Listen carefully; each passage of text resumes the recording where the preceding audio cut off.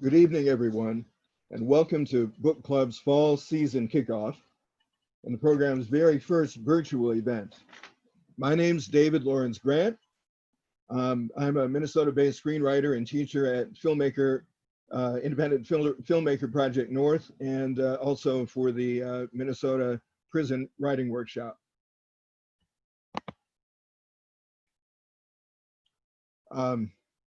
I've also written reports on racial disparities for the Minnesota Supreme Court and the state legislature on disparities in health here in Minnesota. Couldn't be more pleased tonight to facilitate this conversation with New York Times bestselling memoirist Morgan Jerkins. But before I introduce her properly, allow me a moment to tell you a bit more about the unique series that's bringing her to you this evening.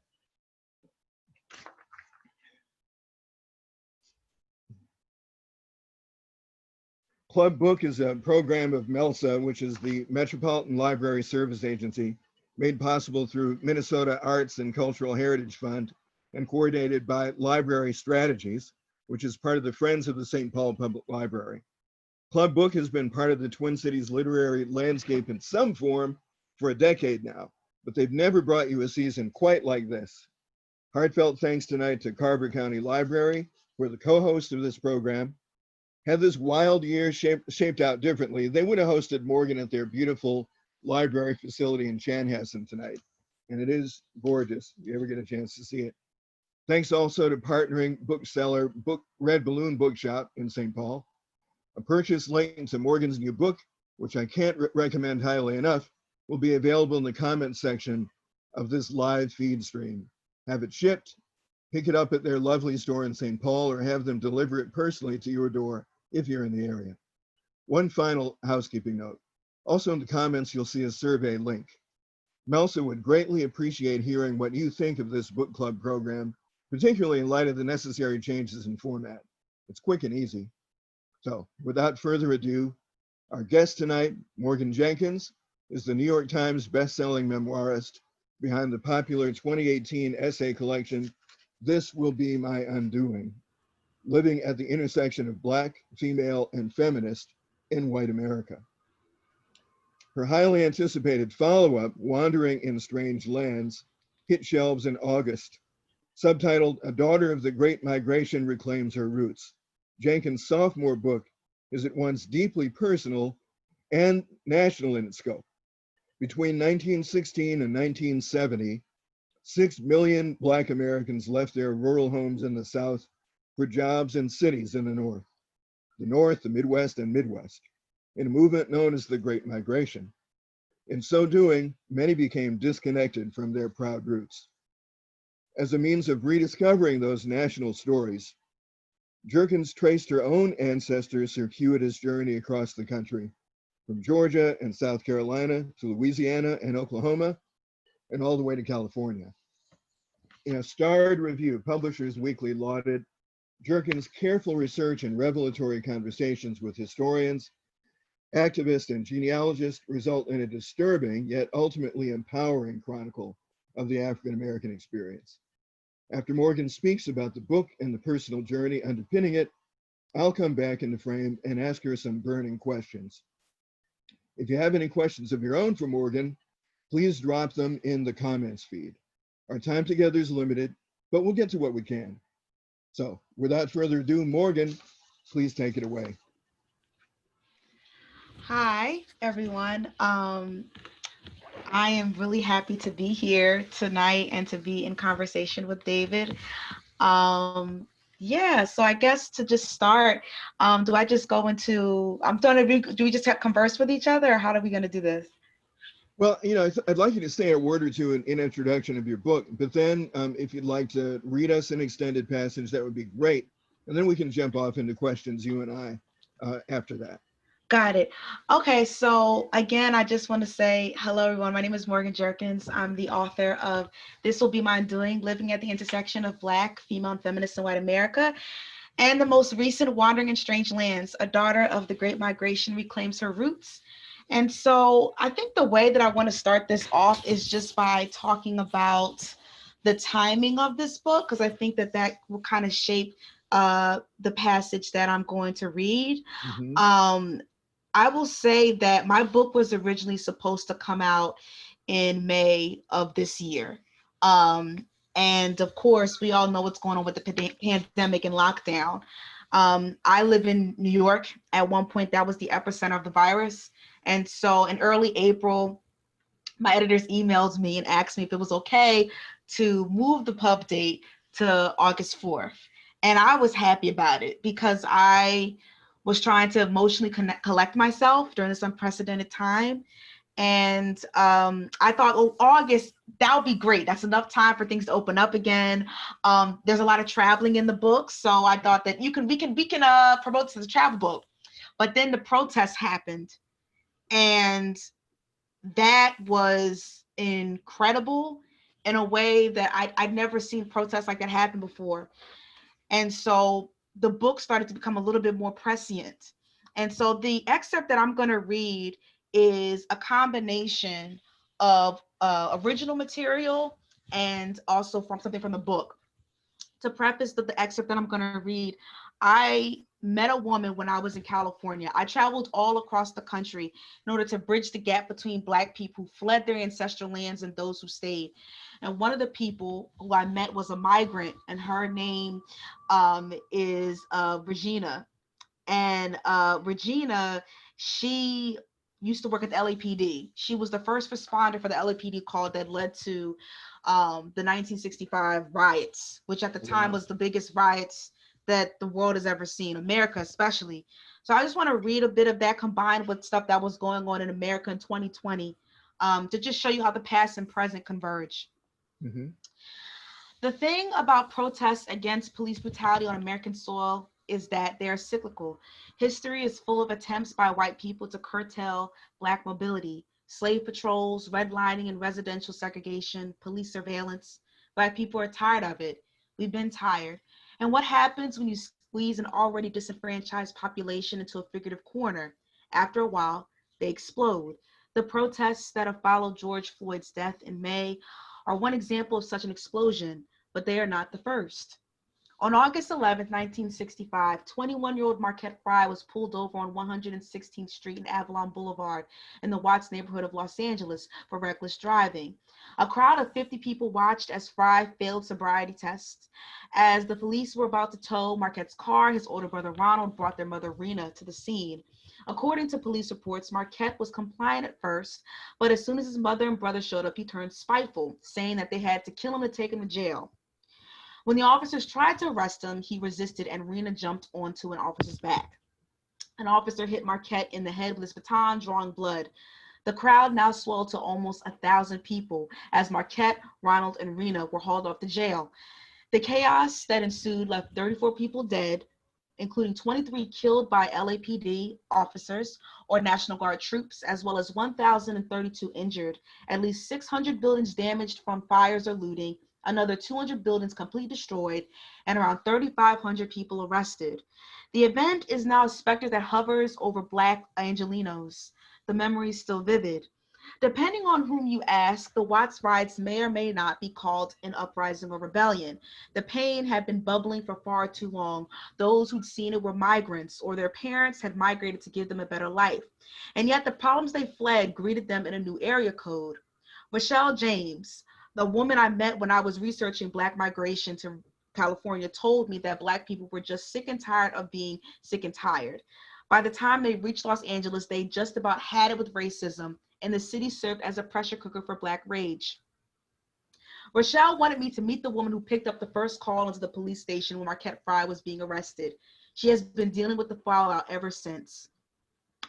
Regina is a first-generation Californian, born in 1942 and raised near Watts. Regina's grandfather, as she succinctly put it, was an uppity nigga. He owed an insurance company and made so much money that whites considered him a threat. Fleeing a lynch mob, he gathered his wife and their 8 children and moved to California.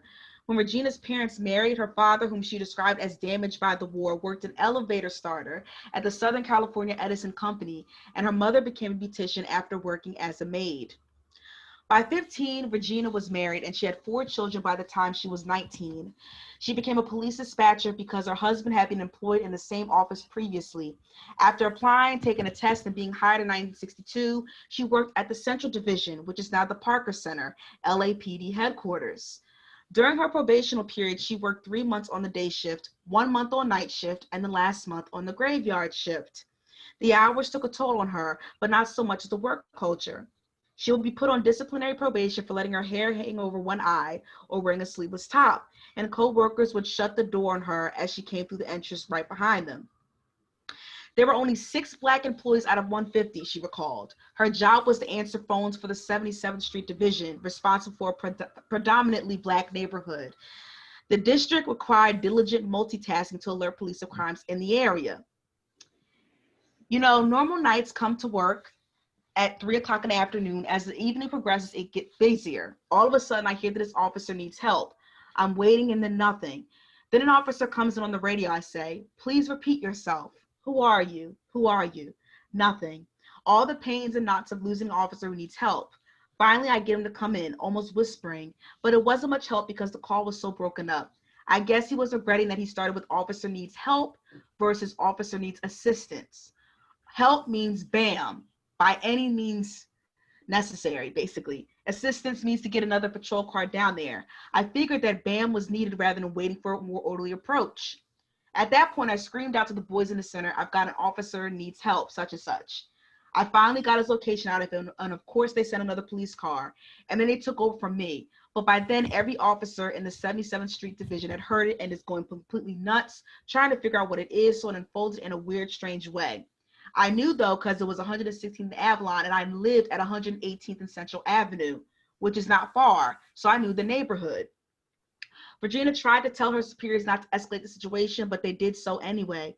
To this day, she's haunted by a single question. Why didn't they listen to me? After work, when Regina ran home, she saw that the grocery store around the corner had been burned down and sparks were still flying from the roof. She made her children stay in the bedroom and in the back of the house, thinking it too dangerous in the front. People were running down the street and looting stores, and police were shouting. On the second night of the riots, there were military guards right off the Interstate 110 freeway. These white male guards pointed guns in her face and searched her car. Down Imperial Highway, cars were ablaze and people were screaming. After the riots were over, Regina's mental health suffered. She obsessed over her children's safety and was often paralyzed by the stress. She would dream of answering phone calls at her job and talk in her sleep, ordering officers to return to the scene to find a missing limb. When I asked her how she coped with it all, her eyes were unyielding and unblinking. I waited patiently for her to continue. Then she replied, I didn't think about it, and that's a long story that I'm writing about to try and figure out now. I learned very early in life how to compartmentalize. So if something was comfortable or painful, uncomfortable or painful, I could put it in one section and go on. The point that stuff's even coming up now that I'd forgotten, that's part of the weight on the stomach, and I can feel the pain when it comes up. When I remember and write about it now, they're all shut. All the horrors are shut. I later asked if microaggressions at the workplace increased after the riots, and she says, too numb to know, too numb to know, too numb. Wow. There's a lot there to kind of think about and unpack. Yeah. But you're right. And I totally understand why you wanted to begin tonight with that particular piece. Mm-hmm. Is there something from the book too that you feel is a nice addendum to this? Something that we'll take it a little further, then we can jump off and have some Q&A.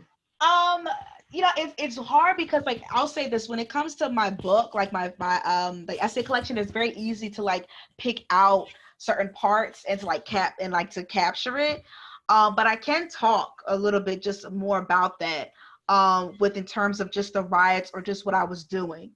I will say so far my book has been out for a little over a month, and a lot of times, you know, people ask me like, what do you want people to take away from it? What do you want people to take away from this book? And it's very hard because when I think about it, I think about all the people who invited me into their homes. Like Regina did not know me at all.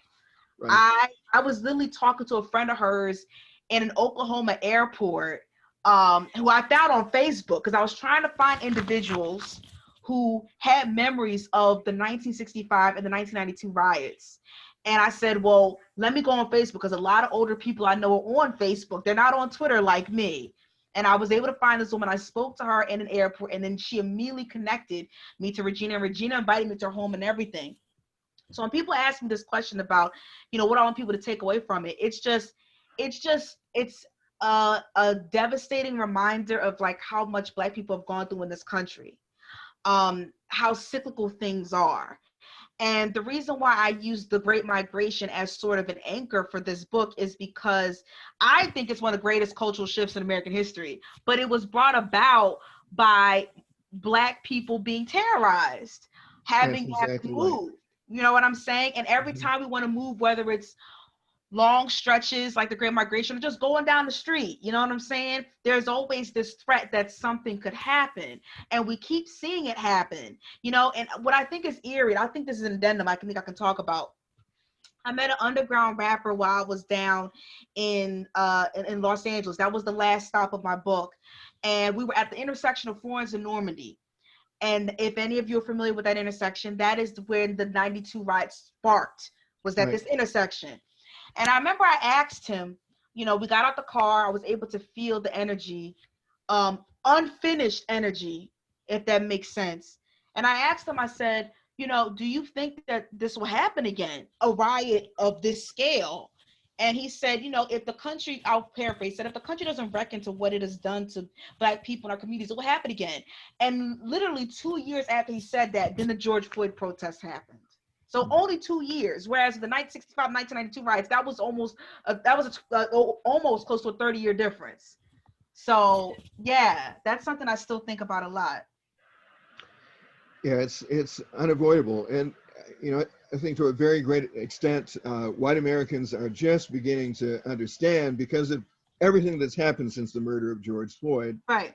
a little bit more about our interior landscape than I think they've ever understood before. Right? Right. How there is no, you know, as you say, millions of our forebears came north, uh, largely fleeing terror, only to discover that in cities like Detroit and Los Angeles and New York City Mm-hmm.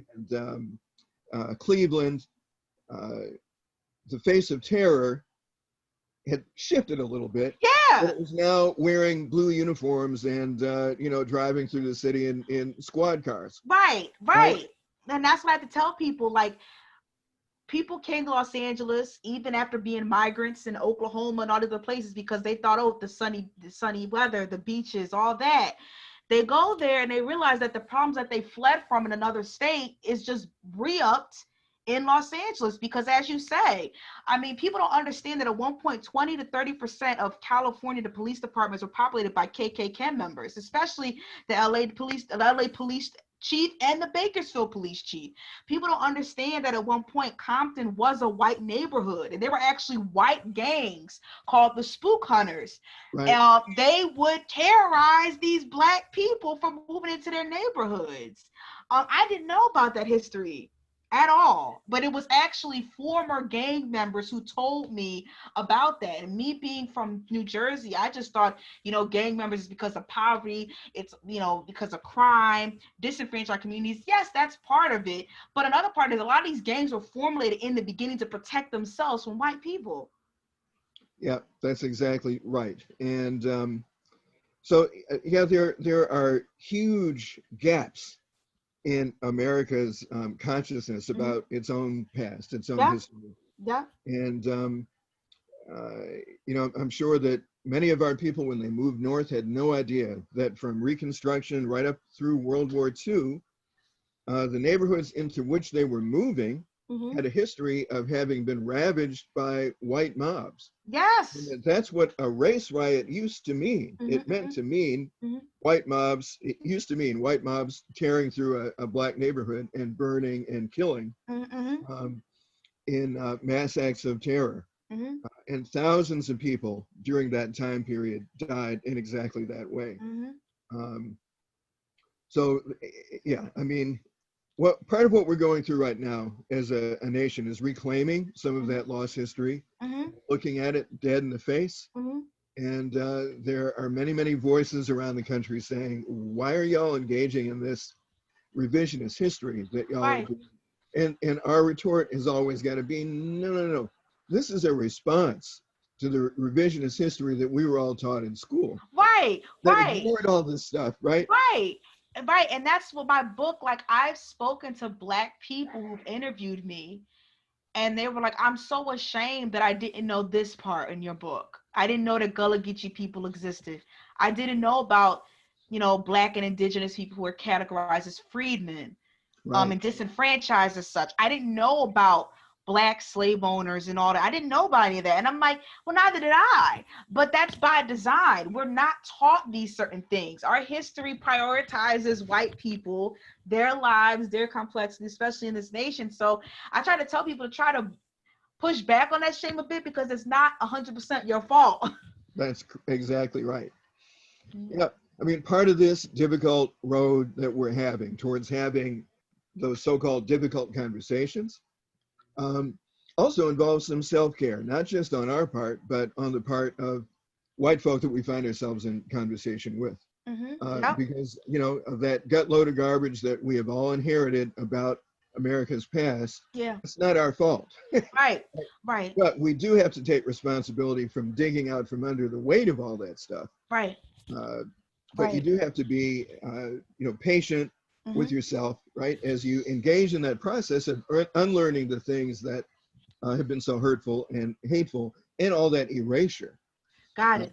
Yeah, absolutely. Well, listen, on the subject of your journeys, and I do make that plural, your journeys south and west, they say travel changes you, and no doubt that's really true. But what are some of the specific and personal ways in which you feel that your journeys south and west have changed you? And I'm sure that's still like the layers of an onion, you're still figuring all that out. Right, right. Oh man, in so many ways. After my trip, I started to say more Black American identities than just saying identity. I'm a millennial. I am on the internet a lot. And one of the catchphrases that I've heard people my age, around my age, say is like, Black people aren't a monolith, which is true. But it's one thing to read it. It's one thing to research about Black communities. It's another thing to be in the field doing work. So prior to me going to any community, I always got in touch with people from that community before I went there, particularly in the Low Country, because Gullah Geechee culture is very vital to understand African American cultures, but also they're vulnerable due to climate change. Low country, it's near the water, climate change, gentrification, rising property taxes, so on and so forth. And I remember one of the women that I spoke to, she told me, like, when you come down here, it's going to be like nothing you ever seen before. And she was right. I mean, when I went to South Carolina, for example, I went to the Sea Islands. You would have thought, there were many moments where I would look at just the expanse of the trees and the swamps and I would think that I was if I had to imagine what West Africa looked like, I would think of the Low Country. And in fact, some of the people that I spoke to, who could trace their lineage from Senegal, for example, or from Liberia, they would have people from those areas coming to visit Low Country, and they would notice the similarities in the flora and fauna, the heat, the landscape. So it's definitely, that was one thing about it. Another thing I'll say about how travel changed, I'll say as a Black woman, I definitely feel like I put myself in harm's way, not necessarily harm's way, but it's one thing for me to be mindful of my body and how I present to the world walking down a city street, being mindful of like street harassment. It's another thing where you're in the car and you don't know if this is where a gas station you should stop at, or this is a town that you should stop at. Again, it's one thing to read it. It's another thing to be like, if something happens, I have nothing on me. And like, I'm 5 feet tall. Most times when I would get a rental car, all I had was my recorder, my phone, my pocketbook, a notebook and pen, and a prayer. That's all I had. And I had to treat myself as a teenager on many different parts, particularly in Oklahoma. I had to take pictures of my rental car, forward my hotel, my airport confirmation, and to let people know when I got to my hotel room, not the hotel, but the hotel room, because I had been warned of the ways in which the people who spoke to me for my book, they had their lives threatened before. They'd had family members murdered, family members disappeared for their land allotments. And so I was coming into a very precarious situation. So with regards to travel, how did it change me?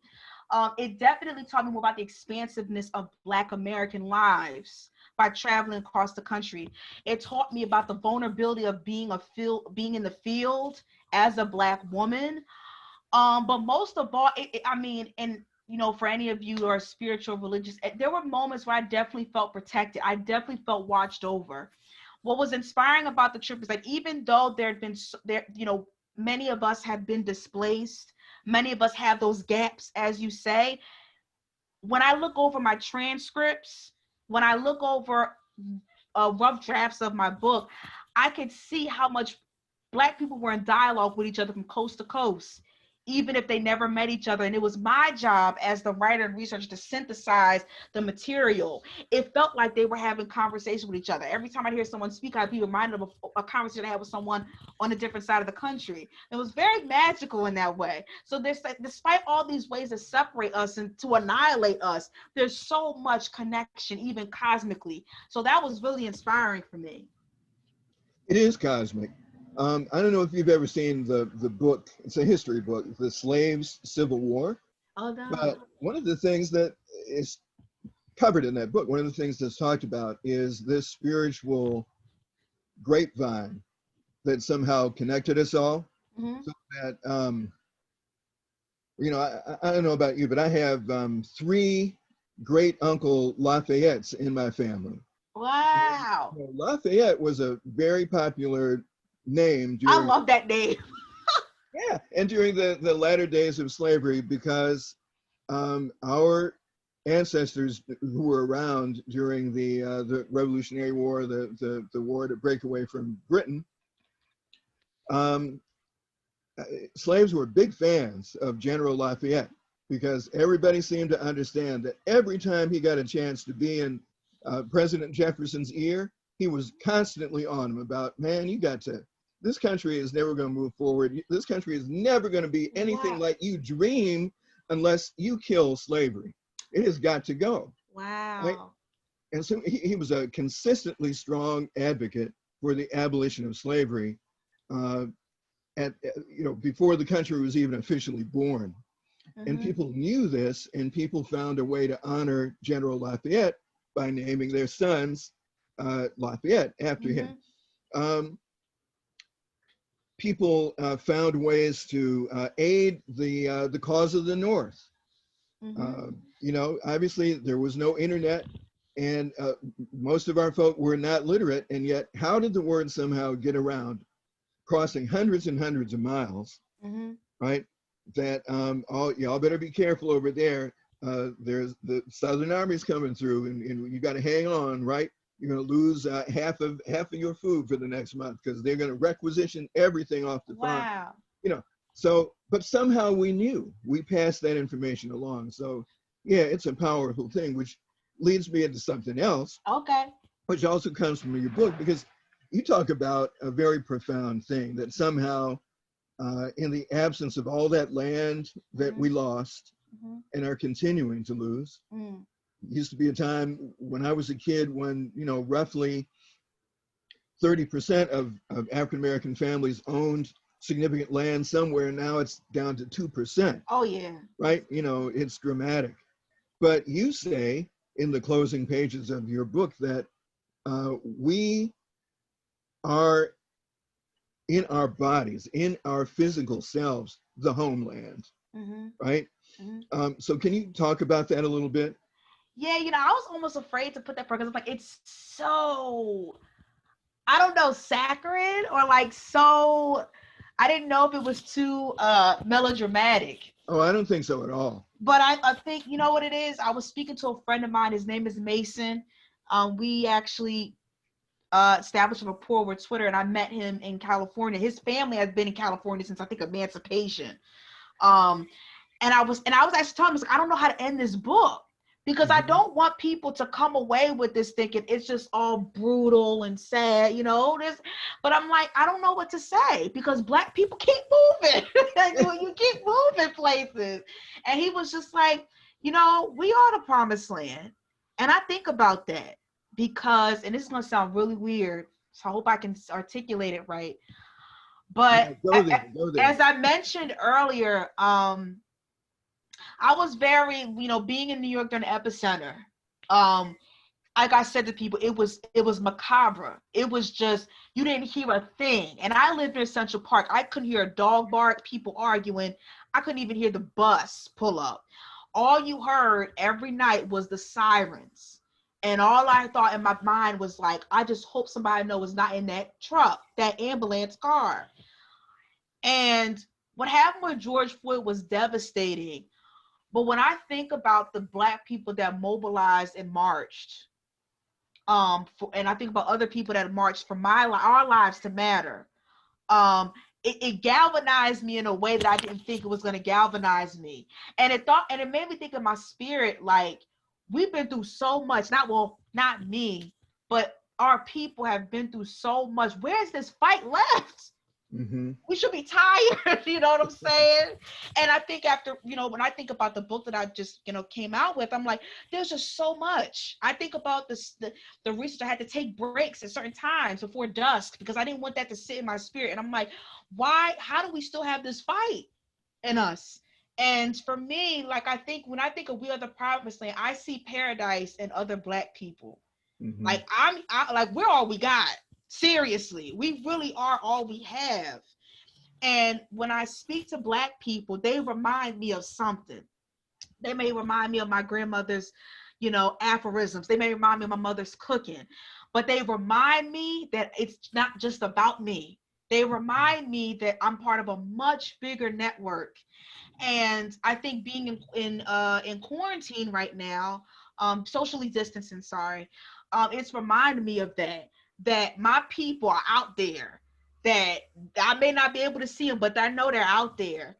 And that's something that has given me much hope. It reminds me of my travels. It reminds me of, like, people that have the ability to speak up.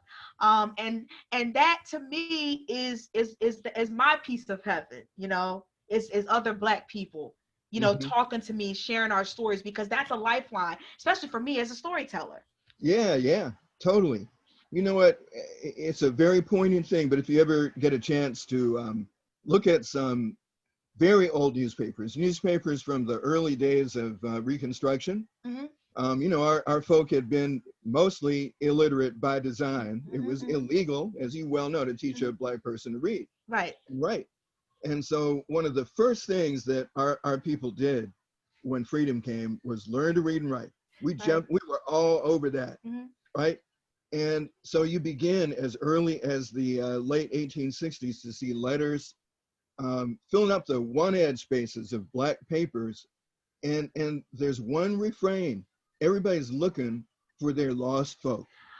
It's funny. See, this is why I talk about the spiritual grapevine, because I'm actually working on an historical novel about that, what you just said. Are you? Cool. Yeah. You know, because you know, you talk about paradise lost. And if we find paradise in each other, then we are, it's about physically looking for all those folk who've gone missing. Yep. You know, and we all have so many people who've gone missing for different reasons. You talked about that Creole community down in Louisiana. Oh my God. And all of us have stories about people who have gone missing from our families because one branch of the family started passing for white and they literally disappeared from us because of that. And you know what? It's funny because the New Yorker today, they described my book as part detective. And you know what? It's weird because I'm very conservative when it comes to labels. I don't want people to call me an historian because I'm not institutionally trained. I don't want to call I don't want people to say that I'm a detective because, you know, I don't have the tools. But I'm like, but it kind of was detective work because I had to, all these different challenges, literacy or illiteracy rather, different families in different places, and trying to find out through the census, why was this person in this household here, but then 10 years later they're in this household. And maybe they have a different name. Right, different Right? names, different racial categorization, misspelling of last names, right, blurry photographs, blurry documents. It was a lot of sleuthing. And there were so many false starts, so much circuitous motion. And I used to actually like talk out loud, like, I feel like my ancestors don't want me to find them. I was like, I'm trying everything that I could, but you know what? But I felt like I was like, you know what? It was detective and sleuthing. It was, because it's like I'm trying to find them and, you know, bridge this gap of like 150. Well, I was able to gather 300 years of family history, but you don't gather that much history without going through some discomfort. I'll just say that. No, you don't. And oh my God, I can certainly testify to that, because you're talking to somebody here who has completed the circle and reconnected with some of our long lost African kin on the continent through the whole DNA thing. What? Yeah. And let me just tell you real briefly, speaking of missing people, so I'm sitting, to make a long story short, I'm sitting in a circle with about 80 African folk related to me by blood. And I'm asking for stories about my direct ancestors who went missing. And, you know, they gave me a printout of everything that was in a notebook that one of the elders had written, with records going back into the 1680s, you know, family tree data, but they were unable to help me out with the precise story of the exact ancestor who went missing. But I received such an emotional and spiritual embrace in that place. It was profound.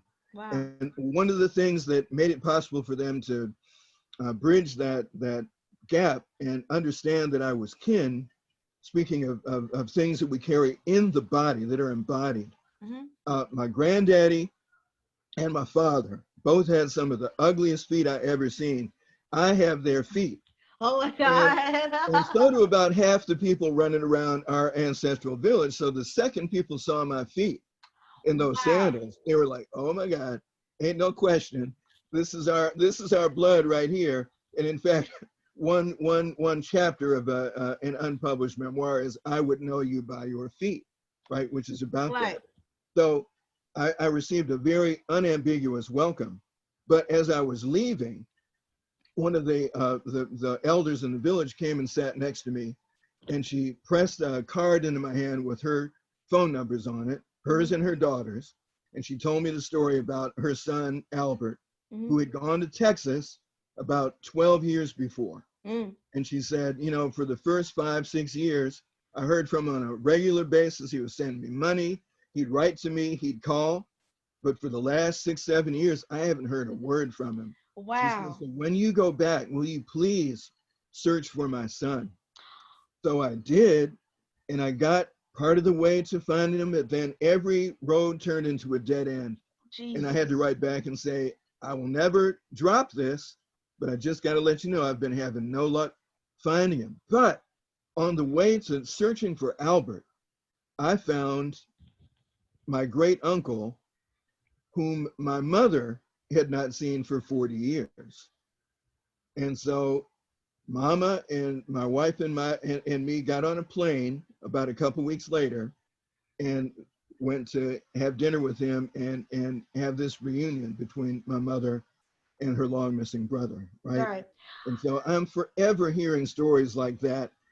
It's an unbroken chain of them, because this has been a big part of our life in the USA, is searching for our missing folk. It slavery, and we're still doing it. And it's interesting because before I went to Louisiana, my liaison told me, she said, you know, when you go down there, don't be surprised if people can tell what parish you're from. And I was like, there's no way. I said, in my mind, I didn't say it to her because I didn't want to be disrespectful, but I was like, it's been multiple generations. And since my family has been in Louisiana, and they have taken migrations to the Fifth Ward and Houston, to Fayetteville, North Carolina, to New Jersey. They're not going to be able to see anything in his face. This face is all mixed up. And when I went down to Lafayette, Louisiana, some woman asked me, she was like, "Are you from St. Landry Parish?" The first thing she asked. And I said, "No, my family's from St. Martin Parish." St. Martin and St. Landry are only like an hour away from each other. So that was just crazy. And then when somebody said, and people always love this part, and I love it too. One lady said, "Yeah, it's that I was with for the day." She said, "It's her half moon eyes." And I can't stand my eyes, because when I smile, they disappear. Me and my dad, we do the same thing in photos, and my mom can't stand it. Sometimes she'll take pictures. She's like, "Open up your eyes." I'm like, "I'm trying, but I can't." And it was only in Louisiana that I found a description for those eyes, and people were able to pinpoint that parish. It's eerie to me, but it did happen.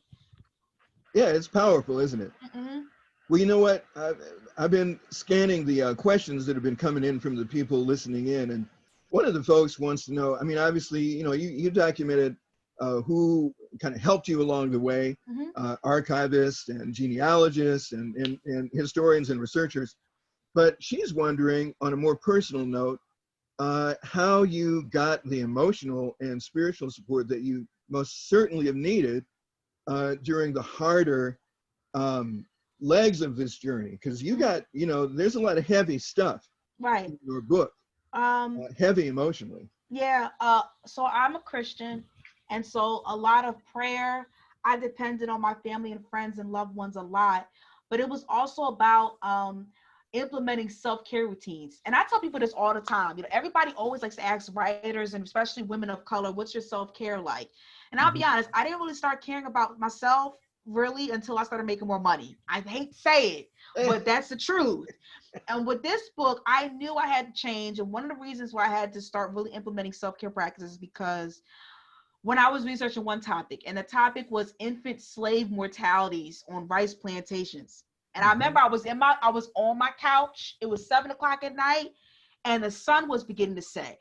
And in tandem with the sun going down and me reading more of this journal, I just felt like sediment at the bottom of the ocean. Like, it just felt like it was hard to digest. And that's when I was like, all right, this needs to stop. Before nightfall, you close that tab, you stop reading, you close that tab completely. And I had to do that because there is a history of historians, researchers, writers burn themselves out. I mean, one prominent example, her name is Iris Chang.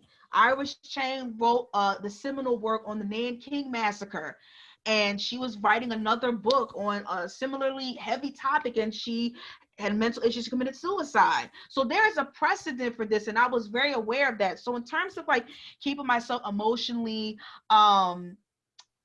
intact, I suppose you say, really just treat myself like a teenager. Shut it off. Turn it off. Go watch a Disney movie. Go turn on your favorite music to do that. But also being in therapy helped. But also I had to let myself feel, because you go through, like we talked about earlier, you go through emotions. Why wasn't I taught this? Why isn't it easier? Why did white people make it so hard? You go through those emotions, and it's like I had to make sure I had space for that at the same time of doing the work that I need to do to get done. So validating my emotions, making space for those emotions, creating these restrictions for myself with regards to the material that I digest, according to the time, and also just opening up more to friends and family. My writing process used to be very secretive, if you will. I didn't let people in on it. And I realized that when they say it takes a village to raise a child, it takes a village to create a book. Especially a book of this scope, I needed to lean in on people in ways that I hadn't in the past. And I think that's why I was able to produce the book that I was able to produce. Yeah, thank you. You know what? A lot of the things that you just ran down are a great prescription for what we all need to be doing for survival's sake. They really are. I mean, that's kind of check, right? All those things and more. You talked about how the journeys that you took changed you and changed your perception of yourself and your family. But just real briefly, on a broader scale, how did your journeys change your impressions of who we are as a people, Black folk, African Americans? Oh man, because the country is so vast, like the country is big. Yeah, it Because the is. country is vast, like how can African Americans not be vast themselves? What I mean by that is sub-ethnic groups, Creoles, Gullah Geechee, freedmen. You know what I'm saying? Like, how could we not be vast in of ourselves? So that's why I think there's this distinction. Like, I read about these things. You know, I went to New York Public Library, I interviewed, but it's another thing to be in there. And you realize that even though we have distinctions, there are similarities, and we definitely all have a stake in each other. Whether it's with displacement, Black land laws, cultural, racial, we have a stake in these communities. And that's what I wanted to show in my book is that, you know, before, when I first started writing this book, the personal aspect was not in it at all, believe it or not. I No, just I wanted do to, believe it. I do believe it. I just wanted to go to these communities and document what was going on. And be the fly on the wall, like a jerk. Yeah, and be the fly on the wall. And Right. then my editors were like, no, you need to write about this. Like, how could you not see that you're involved in this? I'm like, well, yeah, they're right. Because I'm just like, oh, I'm born in Jersey and that's it. And also, I have a literary ancestor, Zora Neale Hurston, taught me and many other Black women that you don't have to be a distant observer when writing about Black communities. You don't have to be cold and scientific and austere when you're writing about your own people. You can take a subjective approach and still be authoritative. And Exactly. that helped fueled me to just go all in and make it be more encompassing than it was before. Hmm. Yeah, I feel you. Well, tell me something else. I'm asking once again for pretty broad and Mm-hmm. global perspective, Mm-hmm. but as you think about the current social and political landscape that we're all having to navigate our way through right now, between all the uprisings and the riots and all the quarantine caused by COVID, what, if anything, that you discovered out there gives you some hope about where we're all going, all of us, white, red, yellow, black, brown, but also very specifically the Black community too? I mean, do you see some positive evolution, and where do you think it's going? I think that, for example, we always gonna be here. Like, that's what I think is hopeful. Like, you're not getting rid of us. Like, we always gonna be here. I think one thing that has kept me hopeful about Black people is that we got each other's back. These people did not know me from a can of paint, as my mother would say, but they still were so vulnerable and honest with me. Even in the book, they didn't want pseudonyms. I thought that I would have at least one person. I said, you know what? I don't want that. I don't want my Yeah. name in there. They wanted their names documented there. And that was inspiring to me because I feel like that makes it easier for other researchers and maybe people to come, our descendants, to find them. That's what's inspiring for me. What else is inspiring is just the resilience of Black people, I would say, just in general. Like, and I think the interest that this book has gotten from people across different races means that there is a curiosity.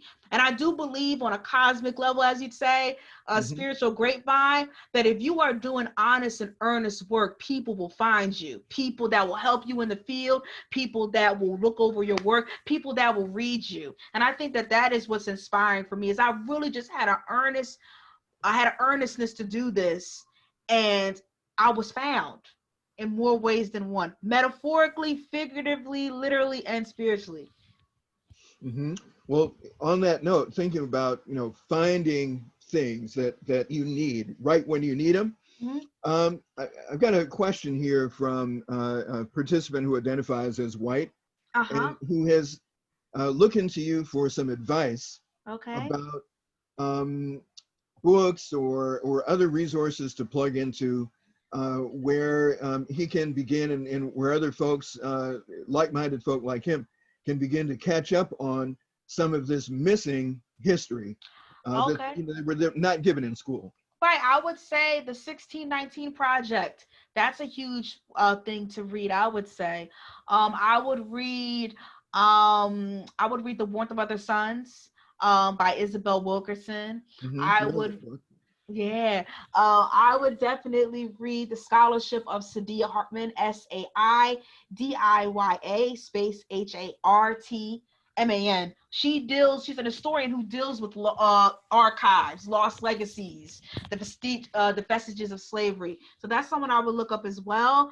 I would also look into, man, this is so much. You know what? I feel like we're going through a literary renaissance, I would say, of Black art, or I renaissance think you're period. right. TV, film as well. So it's hard. Like I would say, Ta-Nehisi Coates, Jesmyn Ward, Kiese Layman. These are people who are doing the work, and they're not going to always say in historical detail, but their experiences of the American South, particularly Mississippi, for example, just so rich and vivid and urgent and necessary. These are people that I always tell others to read. Of course, Zora Neale Hurston, James Baldwin. Of course, Toni Morrison, James Baldwin, Audre Lorde. These are people that I think that if you got this whole smorgasbord of Black authors, you'll be good. You know, I've got some young friends and mentees who I'm having a ball watching them discover James Baldwin for the first time. Right. I mean, it's great. Right. And so that's going on too. Absolutely. When I first read Notes of a Native Son, I remember exactly where I was. I was in a computer lab trying to get my laptop fixed, and I mean, and he literally took my breath away, because I thought that if someone who was Black and gay in the mid 20th century can write with that much fervor, then I have no excuse. You know, so that's how I looked at it. Well, you know what? Another listener has chimed in and is asking, and I think this is great, if you will say something about this new piece of historical fiction that you're up to your eyeballs in writing now. Oh man, it's in the embryonic stages. But I am trying to write a novel, a romantic novel that spans several generations, about two enslaved people who fall in love, and they're separated at the outbreak of the Civil War. And the story, I hope, is going to follow them for generations to come, where even though they don't unite in their lives, their descendants end up finding each other in order to demonstrate this sort of cosmic reconciliation, if you will, tying up loose ends. Yeah, that's wonderful. Yeah. And you know what? There's something very, very current about that. Because I think that's part of the journey we're all on. Yeah, and honestly, for me, it's like I want to write a story where we win. At the end. We win, and that's the way I'm gonna pitch it. I'm just gonna sell it to my editors. I'm like, and the spoiler alert is we end up winning. Our families end up winning. Love it, love it, love it. I got to ask you, have you ever been up in our neck of the woods? Have you ever been here to Minneapolis, St. Paul? I have not, and I'm really looking forward to coming. Yeah, because not only would I love to meet you face to face personally, but you know, our state's Attorney General, Keith Ellison, is one of those Metoyer folks from Louisiana. He is? Yeah, his mother's people. Yeah, that's his mother's people. Oh my God, I want to email them like, hey. And I got to meet a whole bunch of his family from Louisiana when that independent film Cane River screened here 2 years ago. Holy crap, Keith Ellison is a Metoyer? Oh my God, I want to like reach out to him now. I'm like freaking out. What? Well, now that I think about the way he looks, I'm like, yeah. Well, it makes sense now, doesn't it? Sounds about right. Yep. And you know what? Those Aikens you met, that's some of my kin. Are you kidding me? In South Carolina? No, ma'am. So on my mother's side.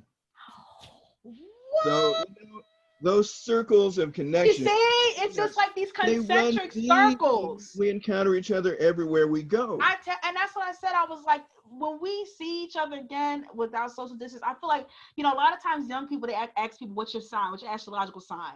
I feel like I'm just going to open, where are people from?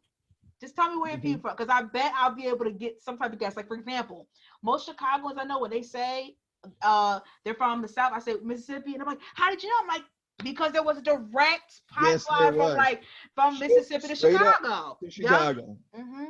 Right, Mississippi folk all over the place in Chicago. Yeah, just like you find different pockets that kind of you know, and there's a large Creole community, as you know, in Los Angeles, right? Just like there is in Huge. Houston. Yeah, Huge huge. community moved out there, and all, you know, long convoluted history of all Absolutely. our Controversial. intrafamilial connections. Yeah. Just like you discovered more than one family connection with a particular line of somebody else's family, I got the same thing Yeah. going on, right? Yeah. And those 20 and odd Africans who arrived here in 1619, our family tree is deep, and we know that we are descended from at least two of those 20 and odd Africans who were among the first to land in the British colonies anyway in Oh. 1619. So my question to you is, when you saw Aiken in the book, what did you think? Oh, well, I flipped out. Really? Oh, yeah. And called my distant cousin here, Tacumba Aiken, to talk about it. Really? The artist, yeah, because those are all his people too. Wow. That makes me so happy. That's awesome.